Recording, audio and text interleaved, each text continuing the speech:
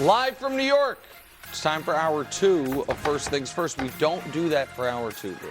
But he like can. What do you? Wild is in here. It's all askew. Wiles is in Italy. Danny's here. Chris Broussard. Here we go. Is Dak leaving Dallas for New York?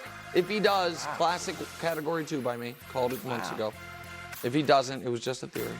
Also, expect the Eagles to go back atop the NFC East. I expect Brew to mention the fact that no team has repeated in the NFC East in this many years. Brew mentions facts. You know, you're a big fact guy, big history guy. But first, we're going to start with contracts that could have or should have been signed already this offseason in Dallas.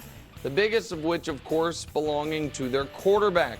Reports coming out of Dallas saying they're not far along at all, with Dak's extension.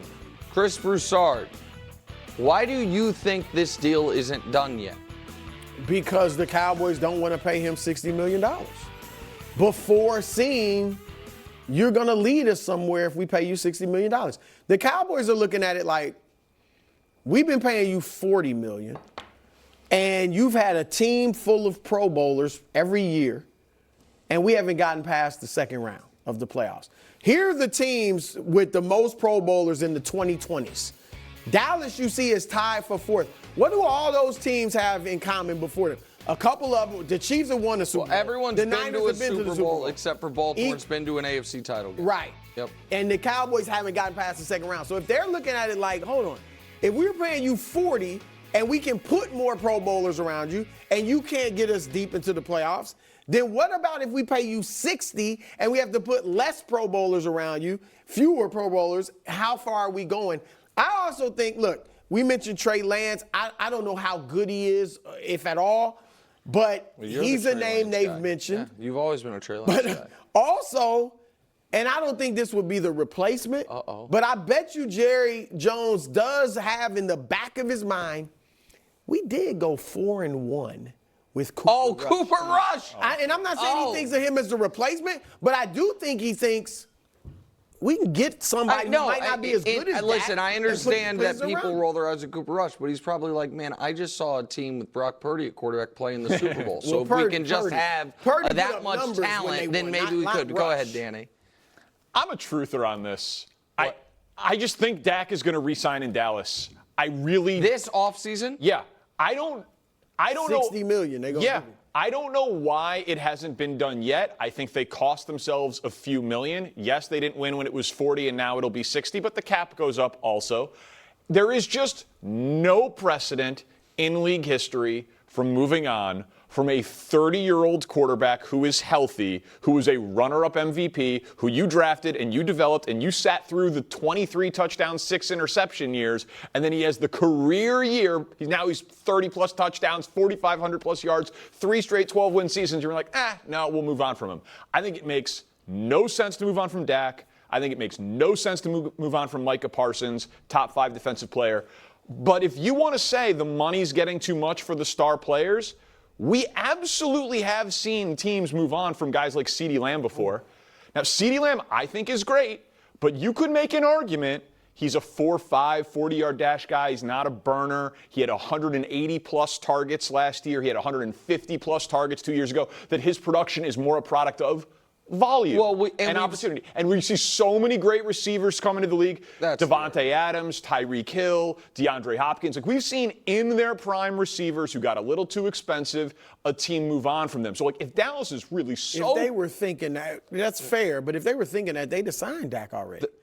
Maybe. But again, this whole thing, I mean, Mike McCarthy's a lame duck. They have huge contract decisions on all of them. Yeah. We've just never seen a team move on from a quarterback this good when he's this young. We've never seen it. Let me address CeeDee Lamb, because I'll add a couple more. A.J. Brown got traded.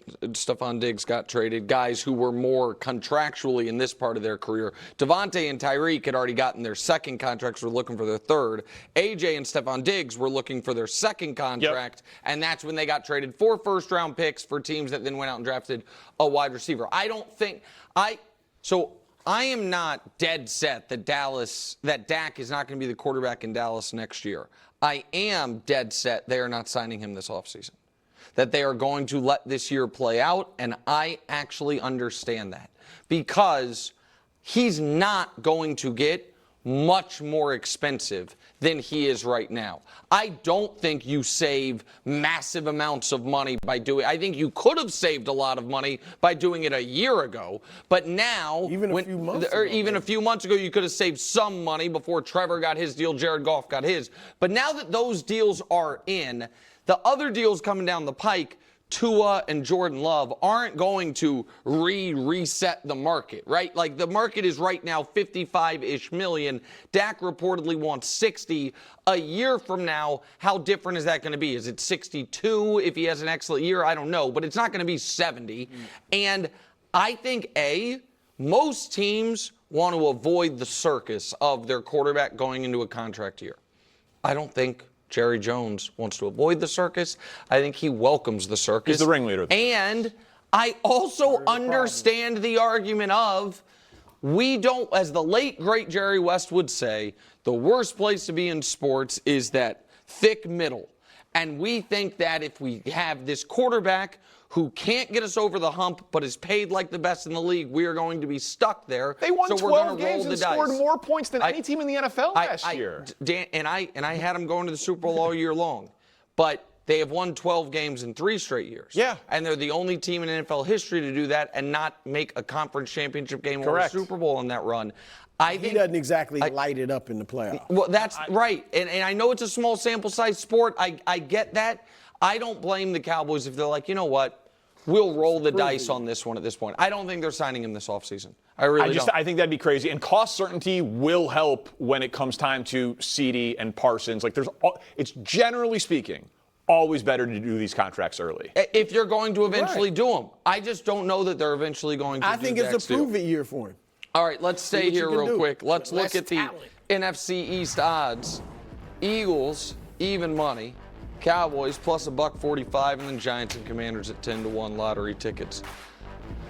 I mean, I know the answer to this, Brew, but I'm going to ask you anyway. Brew, are you surprised the Cowboys are not the favorites, even though they're not in a supernatural funk? They didn't have to move on from all their coordinators. They didn't fall apart at the end of last season, and they won more games, and they both embarrassed themselves in the playoffs.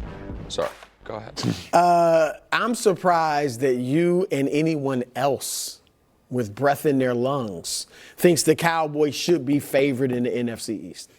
I mean, he threw this out there hoping I wouldn't say it. First of all, no one's repeated as champion in the NFC. That doesn't matter. That does not matter. Well, last year when I picked the Eagles to repeat, for some reason it mattered. I never brought up that silly point. You would bring it up and be like, I'm doing it despite the fact that in 2005 Washington couldn't repeat or whatever it was. There are better answers, though. Yeah. There's better evidence. So. All right. The Cowboys have a worse roster. All right, they lost 2 of their top offensive linemen. They lost their best running back and replaced them with an elder citizen. All right, they have their coach, their defensive coordinator who's new, and their quarterback on lame duck deals. All right, and then I look at the Eagles.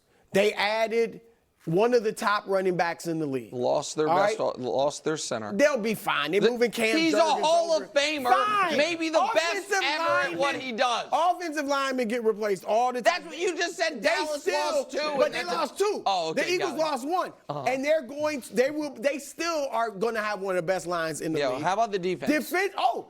C.J. Gardner-Johnson, welcome back. That's going to fix this. You led the league in interceptions show the numbers. when you played with us. Show the defensive numbers. That's going to C.J. Gardner-Johnson is going to fix that. Let him brother finish, because I got more. Okay. I got more. Yeah. Bryce Huff, 10 sacks last year. Reddick is older. Huff got 10 sacks last year coming off the bench. All right, come on. He gonna do damage. He gonna do damage. He didn't start. I mean, He's he was gonna a do pass damage. rush specialist. All right, Jalen Carter is going to be better. Okay? And Cooper DeJean, you know you like him. I do You've like been him. seeing him dunk on YouTube, all yeah, those well, highlights. yeah, and then Quinion Mitchell. Yeah, I like their they draft. had a great I like draft. their draft, but that's not gonna fix you know 30th as well rank. as anybody that rookies can play well in Yes. the defensive backfield. I understand. So that's why they should easily be favorite. I know you're not They should drinking be, the Kool-Aid. They should be co-favorites. Yes. There are would you just agree as that many Philadelphia they made moves that made them better, at least on paper, and Dallas made moves that made them worse? Yes, but Dallas was way better last year. Way better? Yeah. That's exactly right. There are the same number of strengths and weaknesses on both of these teams. There are questions about Dallas's depth and the losses from the offseason. There are questions about coordinator changes. And it's like the new defensive coordinator is what? Mike Zimmer? Yeah. He's done it before. And he's on a one-year deal. Everyone's on a one-year deal. Everyone's on a one-year deal. But he's new. Go ahead. I'm just saying, it's plus 110 and plus 140. These teams are the same. It's going to come down to who wins when they play each other head to head. Which, by the way, that's what's going to come down to. It's going to be 1-1. Dak rolls against and I don't know if we have time to show it. Dak rolls against the NFC East, and Jalen Hurts does not. That's another reason.